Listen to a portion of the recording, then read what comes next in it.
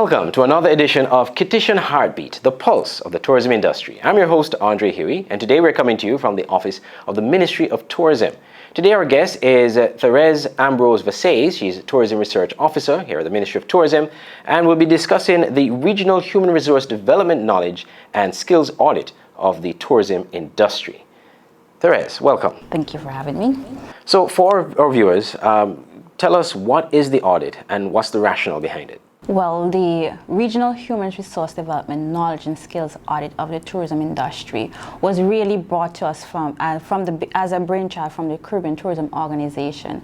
They got funding from the Caribbean Development Bank, and with that, they thought it best to help us develop, to help us find out what were the competencies of our workforce and how do we get it to the future state. So we were contacted back in May of last year, where they reached out to us asking us to, reach out to our stakeholders to get the persons who will be able to deliver the messages or the information they require. Right. So what then are the outcomes and the objectives of the audit? Well, we want the study to help us to have a workforce that is competent. We want to be known as a region, or St. Kitts to be known as a destination that develops human resource capital that is second to none. They can be marketable in the global field, and that they will be able to see the value, even though they're working inside the sector, they will be able to see the value and to become entrepreneurs and movers and shakers in the industry. And with that, we'll be getting specific information based on the reports that we'll be given, and from there we'll be able to cater programs specific for the development of our human capital. Right. So I take it then that some work has been done. So if you could just give us an idea of what has been done so far. The study is being headed by an agency called A to Z Information Jamaica Limited. The team leader is Dr. Ann Creek, a renowned professor at UWI, and she is very experienced in the hospitality and tourism sector. And she is head of St. Kitts and Nevis. And what we have done thus far is we have conducted focus group sessions. It was largely focused on learning institutions to get their input and to see how can we develop a curriculum that better reflects the industry in terms of where we want it to be. We are now in the second phase of the study.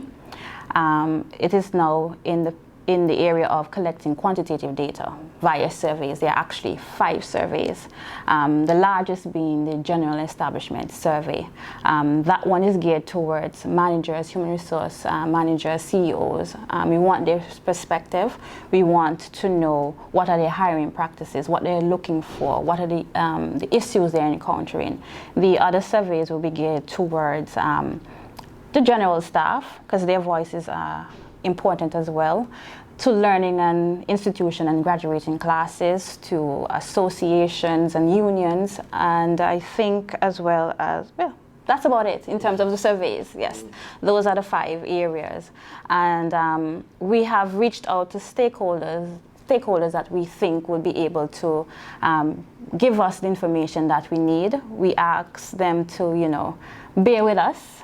We know that it's a lengthy process, and we thank you for the time you've had with us thus far. I would like to say thank you as well to the Ministry of Education for agreeing to come on board, because we have had to gotten permission to interview persons from TVET, from UWI, CFBC, AVEC, all of the high schools, just so that we can get a broad perspective as possible on the study and get their voices. Right. So my final thoughts and question, and I guess this is something that even the participants themselves, or those who want to participate, would want to ask. What are the benefits for participating in the study? Well, the benefit is that we have a competent workforce that is qualified, that is marketable, that will be competent in the area of developing your own businesses, that will be able to develop the tourism product.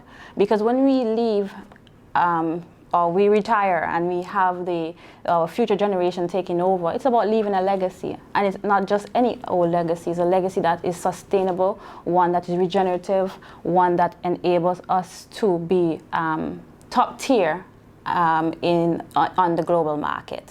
Well, Ms. Therez Ambrose-Versailles, thank you so much for sharing this knowledge with us, and I'm sure it's valuable to our viewers. No problem. Thank you for having me. And on that note, we ended today's edition of Kittitian Heartbeat, the pulse of the tourism sector. I'm Andre Huey. I was your host. Join us again next week, same time, same place, for another edition of Kittitian Heartbeat.